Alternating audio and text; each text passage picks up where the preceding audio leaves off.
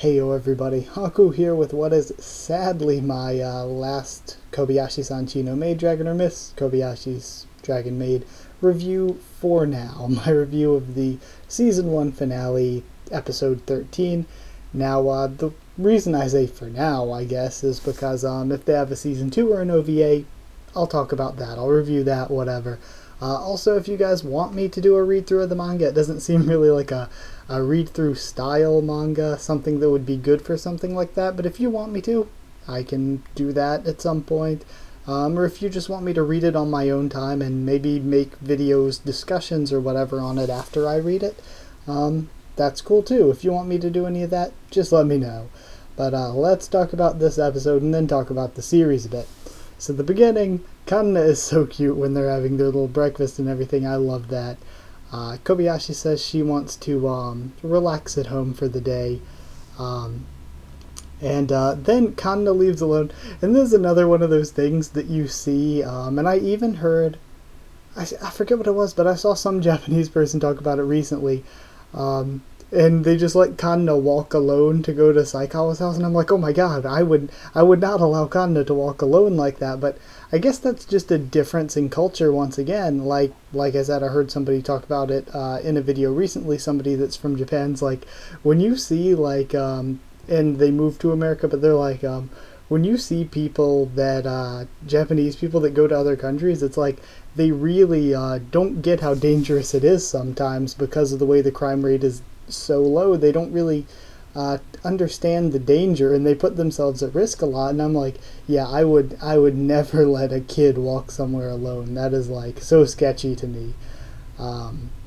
Also, getting into that was such a too serious of a sidebar, but I'm gonna miss the opening theme a lot. It's one of the opening themes that not only do I never skip it, I get into the opening every single time. It is so good. Then we actually get to see Saikawa this episode, so I was very, very happy. She is the best. Yes, for seeing her. And just such a cute scene with her and Kanna once again. Then we see Toru's dragon side, self-doubt, whatever, and things start getting a bit stylistically, artistically weird, which is good. I mean, it's not bad, of course. And Toru wants to just enjoy right now. She knows things aren't going to last. Then all the dragons since Toru's father showing up. We get this beautiful scene with Kobayashi and Kanna once Toru leaves. And that scene with Kobayashi and Kanna was so good. Then, of course, we just see their lives after that, and it's so sad without Toru there. Kanna and Saikawa in the bed. That scene was breaking my heart. Then we have Toru then returning, which I thought was going to be a dream sequence at first, because it seemed like a bit out of nowhere for her to just, bam, she's returned. But yeah, that's the way it worked out, whatever. So Kobayashi tries to speak out and gets zapped in the face, and she stands up for Toru. All a great scene, of course. Toru and her father go to fight. Once again, this comedy slice of life, I guess you could call it a slice of life. This series doing action better than a lot of actions that I've seen. Kobayashi then shows up, tells Toru's father to believe in her, which was a really good moment. And the end, once again, the ending breaking my heart. It was so beautiful, and just the show as a whole, the things I have to say about it are pretty much the things I have to say about this episode. This episode didn't focus on the comedy, but it was funny here and there, and it just really built up the feels, and man, it was so good. But the show as a whole, it's one of the best anime I've seen, I think. The animation and the OST are completely beautiful. The OST this episode was incredible. The opening is one of my all-time favorite openings now. I also really, really like the ending theme.